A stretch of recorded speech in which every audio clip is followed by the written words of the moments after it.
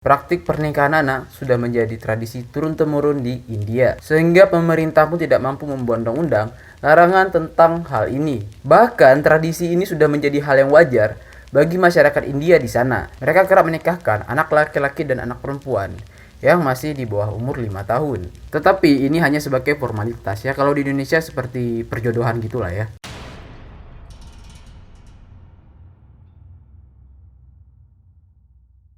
Assalamualaikum warahmatullahi wabarakatuh. Selamat bergabung teman-teman. Selamat datang lagi ya guys ya. Makasih yang udah mampir lagi, yang udah ngebantu supportnya selalu ya. Semoga teman-teman dalam keadaan sehat selalu sekeluarga pastinya ya. Amin ya rabbal alamin. Oke guys, hari ini kita bakal menceritakan ya sebuah budaya unik dari India tentang perjodohan anak di bawah umur ataupun anak-anak kecil ya yang masih di bawah umur 5 tahun. Di mana perempuan muda di Sravasti akan mengakhiri masa kecil mereka yang singkat dengan melewati ritual pembubuhan vernilion ataupun tanda merah pada dahinya dan menggosokkan kulit mereka dengan menggunakan pasta kunyit. Selanjutnya, mereka juga dipaksa harus siap menjalani masa dewasa padahal belum masuk waktu pubertas. Dan lebih sedihnya lagi, mereka dipaksa untuk menikah dan disibukkan dengan aktivitas rumah tangga. Walaupun telah mengalami penurunan dalam satu dekade terakhir, namun masih ada 15 juta lebih anak di bawah umur yang dinikahkan di India. Upacara pernikahan anak di bawah umur ini, mereka akan melakukannya tepat pada malam hari. Dan di sini anak-anak akan dibangunkan dan dipaksa pakai baju adat pernikahan. Waduh, parah banget ya guys ya, masih ngantuk banget pastinya ya.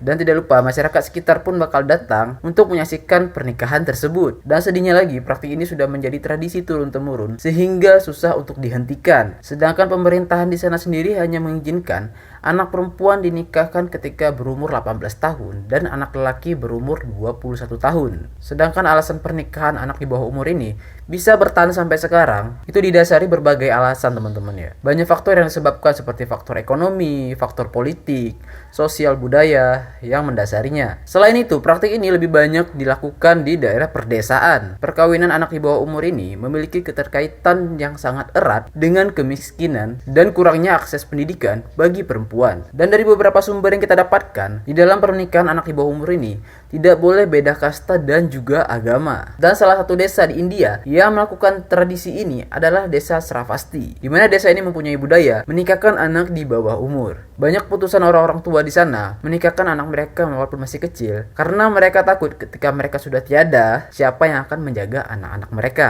Ditambah lagi susahnya dalam mencari uang dan kurangnya berpendidikan. Nah, kalau yang satu ini tentang kurangnya berpendidikan, harusnya anak-anak mereka kan disekolahkan, bukan dinikahkan ya kan. Ya kita juga harus menerima teman-teman ya, bagaimanapun ini adalah alasan mereka. Tetapi ragam masyarakat India mengizinkan anaknya untuk bersekolah setelah menjalani ritual pernikahan. Tetapi yang jadi permasalahan di sini, mereka tidak akan bisa melanjutkan pendidikan karena bagaimanapun mereka sudah hamil. Waduh, serba salah juga ya guys ya. Di India juga mereka memiliki tradisi untuk memberi mahar kepada pihak laki-laki. Makanya para ayah di sana mereka bakal kesusahan ketika dia mempunyai anak perempuan. Waduh, kebingungan juga ya guys ya. Ditambah lagi mereka harus membuat acara pesta dan diwajibkan masyarakat setempat untuk datang. Jadi selain kurangnya edukasi dan tingginya tekanan sosial karena budaya masyarakat, alasan sebenarnya adalah mereka menikahkan anak mereka walaupun masih remaja karena alasan yang praktis. Dan inilah yang dikenal sebagai tradisi di desa mereka. Dan yang jadi pertanyaan, ketika mereka melakukan tradisi seperti ini, apakah mereka tidak takut ketahuan?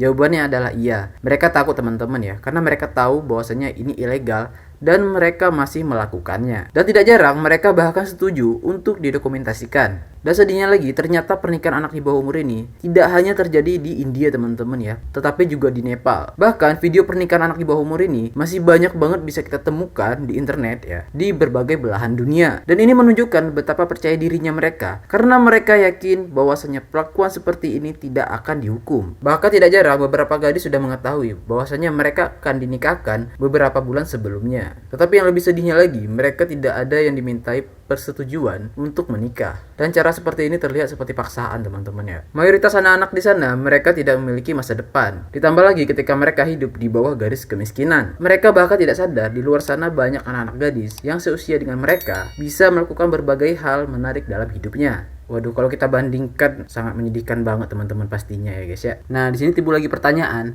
apa yang para gadis remaja itu pikirkan tentang kehidupan setelah pernikahan? Justru mereka tampak menurut saja ketika dijodohkan seakan-akan beginilah nasib mereka. Di dalam acara pelaksanaan tersebut, mereka akan melakukan upacara gauna. Nah, apa itu gauna? Pada dasarnya sendiri, upacara gauna adalah upacara perpisahan dari sang keluarga dan juga sahabat-sahabat si perempuan. Di mana dalam pelaksanaan upacara ini, mereka akan berkumpul bersama para keluarga dan di situ mereka akan menangis bersama-sama. Di mana si perempuan akan memulai untuk pertama kalinya menangis dan disusul oleh keluarga-keluarga yang lain. Di dalam adat Hindu sendiri, si perempuan hanya boleh tinggal bersama suaminya ketika dia sudah melalui upacara gauna. Di mana upacara ini dilangsungkan beberapa bulan setelah mereka menikah. Gauna adalah waktu perempuan yang dianggap sudah dewasa dan dia siap hidup bersama dengan suaminya. Oh iya, tadi kita sempat menyebutkan bahwasanya tubuh wanita yang akan menikah akan digosokkan dengan pasta kunyit. Disinilah si anak perempuan ini baru sadar bahwasanya pesta yang sengaja dibuat ini khusus untuknya. Waduh, pastinya shock berat lah ya. Dan ketika pada saat itu si perempuan dan keluarga mereka sedang melakukan tangisan yang dibuat-buat, justru malah memicu emosional secara alami. Waduh, malah nangis beneran gak tuh? Walaupun pada awalnya dia tidak sungguh-sungguh menangis,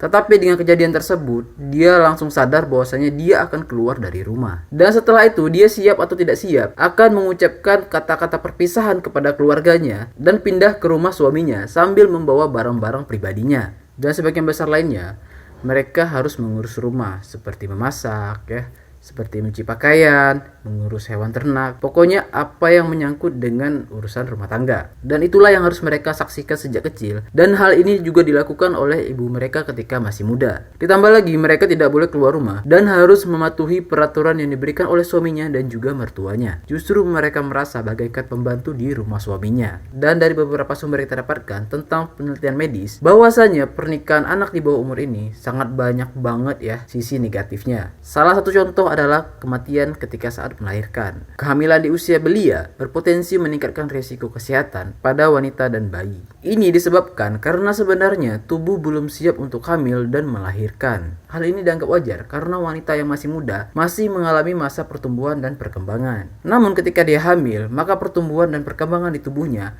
akan mengalami gangguan. Maka dari itu bukan tanpa sebab dikatakan bahwasanya hamil di usia muda penuh dengan risiko tinggi. Seseorang mungkin dapat mengalami preeklamsia ataupun darah tinggi yang ditandai adanya protein dalam urin dan tanda kerusakan organ lainnya. Nah, di sini kita bakal ngebahas sedikit ya risiko-risiko yang akan dialami oleh wanita yang hamil di usia muda. Risiko pertama adalah munculnya anemia. Hal ini disebabkan karena kurangnya zat besi yang dikonsumsi oleh ibu hamil. Dan risiko yang kedua yaitu bayi lahir prematur. Karena sebenarnya dia belum siap untuk dilahirkan. Dan risiko yang ketiga, dan ini risiko yang paling parah teman-teman ya, dimana sang ibu akan kritis saat melahirkan. Dari beberapa sumber kita dapatkan, wanita yang melahirkan di bawah umur 15 tahun, kebanyakan dia akan mengalami kritis ketika menjalani persalinan. Hal ini dianggap wajar karena tubuhnya belum matang dan secara fisik belum siap untuk melahirkan. Di mana tulang panggul si ibu yang masih sempit dan belum berkembang akan menjadi ancaman ataupun risiko untuk si ibu dan juga si bayi. Dan ketika wanita yang masih muda ini menjalani proses persalinan, dia berisiko mengalami robek mulut rahim yang mengakibatkan si ibu akan dipanggil oleh Yang Maha Kuasa. Waduh, serem banget ya guys ya. Dan yang terakhir adalah risiko yang keempat, yaitu kemungkinan terjadinya KDRT. Di dalam kehidupan kita sehari, jujur aja nih, kita sendiri mungkin gak setuju ya tentang pernikahan anak di bawah umur ini. Tetapi kita tidak bisa beranggapan bahwasanya kita orang kota dan menganggap praktik-praktik ini adalah praktik yang salah. Kita di luar sini bisa menolak dengan cara apapun teman-teman ya. Tetapi pada akhirnya, beginilah cara masyarakat berkembang, tidak peduli orang lain setuju ataupun tidak. Karena mereka menganggap bahwasanya pernikahan antara anak itu adalah hal yang normal. Namun walaupun tingginya pernikahan anak di Sravasti, tidak ada yang pernah ngebahas ini. Untuk orang India sendiri, pasti mereka sudah tahu pernikahan anak sering terjadi di negara bagian seperti Rajasthan dan Benggala Barat. Yang jadi pertanyaan sekarang, apakah mereka tahu bahwasanya praktik ini adalah praktik yang ilegal? Dan yang lebih mengagetkannya lagi, ternyata mereka tahu dan mereka tetap melakukannya. Waduh, parah banget ya. Pemerintahan sendiri gagal mengendalikan pernikahan anak, sedangkan polisi sendiri tidak bisa berbuat apa-apa. Kalaupun ada upaya menghentikan praktik ini, orang Sravasti biasanya akan menunda proses pernikahan dan mereka akan melakukannya secara sembunyi-sembunyi. Dan di sini timbul pertanyaan, apakah ada peran pemerintah untuk menanggulangi keadaan seperti ini? Dan Dan ternyata pemerintah sudah berusaha semaksimal mungkin teman-teman ya. Malah tidak jarang pemerintah mengirim orang-orang dinas untuk sosialisasi ke kampung-kampung di daerah tersebut. Tetapi mirisnya bukan sambutan yang mereka terima, tetapi mereka malah diusir dari kampung tersebut. Dan di sini juga pemerintah sengaja membangun sekolah-sekolah khusus untuk rakyat miskin. Tujuannya adalah agar guru-guru dapat memberikan pemahaman pada gadis-gadis muda agar mereka tidak menikah muda. Walaupun pemerintah India telah mengajukan rancangan undang-undang tentang pernikahan, tetapi banyak pegiat sosial perempuan yang menilai RUU itu